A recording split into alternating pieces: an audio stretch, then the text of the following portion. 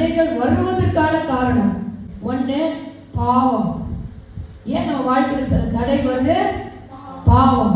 ரெண்டாவது அவிசுவாசம். மூணாவது சாத்தானின் திட்டங்கள். அவன் ஒரு பிளான் போட்டு நம்ம பிளான அதமாக்கிடுறான்.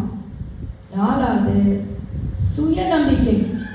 என்னால முடியும், என் குடும்பத்தை நடத்த என்னால முடியும், பிசினஸ் பண்ண என்னால முடியும், நான் வாழ்ந்து காட்ட முடியும். இதுதான் நம்மளுடைய தடைகளுக்கு காரணமா இருக்கு. நீ காலையில வார்த்தை கூட இருக்கான், உன் சுய பலத்தினால் நீ ஒன்றும் செய்ய முடியாது. அல்லேலூயா. தடைகள் வருவதற்கு முதல் காரணம் சொல்லுங்க. சபையோட கூட பேசுங்க. பாவம். பாவம் செய்யணும் ஒருத்தர் சொல்லுங்க. ஜெபம் செய்யணும் கூட அது இல்லாமா பாவம். மற்றவங்களை காயப்படுத்துறது, பொய் சொல்றது பாவம். நிறைய பாவம் இருக்கு. ரெண்டாவது இது எல்லாருக்கும் இருக்கு. யாருமே சொல்றாரு சரியான பைத்தியவப்பா அப்படின்னு மற்றவங்க நம்மளை பார்த்து சொல்லுவாங்க பார்த்தீங்களா?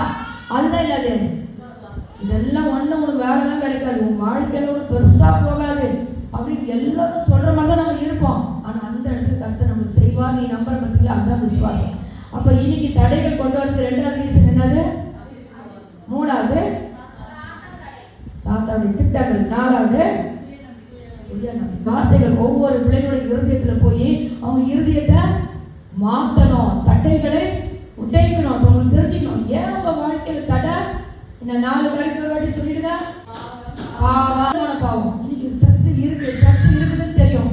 ஆனா 9:30 மணிக்கு நீங்க வீட்டுல தூங்கி இருந்தீங்கன்னா, இல்ல 9 மணிக்கு நிதானமா கிளம்பிட்டு அதுதான் பாவம். துணிகரமான பாவம். நீங்க சபையில ஒரு ஆத்மா காணணும், அவங்களுக்காக ஜெபிக்காம நான் என்னன்னா நான் செய்யறது துணிகரமான பாவம். உங்க வீட்டுல ஒருத்தர் வரல, நிர்மசாலமா நீங்க இருந்தீங்கன்னா அது நீங்க செய்யற துணிகரமான பாவம். இதை செய்யக்கூடாதுன்னு ஜெபம் பண்ணுங்க. ரெண்டாவது ஏமா கல்யாணமே ஆகல, என் கர்த்தர் ஏற்ற வேலையில செய்வார். ஏமா குழந்தை இல்ல, என் கர்த்தர் ஏற்ற வேலையில செய்வார். ஏமா அவனுக்கு வேலையே இல்ல, என் கர்த்தர் ஏற்ற வேலை சித்தமானது அப்படின்னு சொல்லிட்டு இருக்காங்க. அவர் பாப்பாங்க. அல்லேலூயா. உங்களை கனம் பண்ணுவார். ஏன் எப்ப பார்த்தாலும் கடன்? அதற்கு ஏற்ற வேலையில வானத்தின் பலகணிகளை திறந்து எங்களை ஆசீர்வதித்து எங்கள் கடனை எல்லாம் என்ன பண்ணுவாரு? ஒன்றுமில்லாமல் ஆகுவார். அப்ப தடைகள் ஏன் வருது? கர்த்தருடைய பிள்ளைகள் தான், ரட்சிக்கப்பட்ட பிள்ளைகள் தான், சபைக்கு வர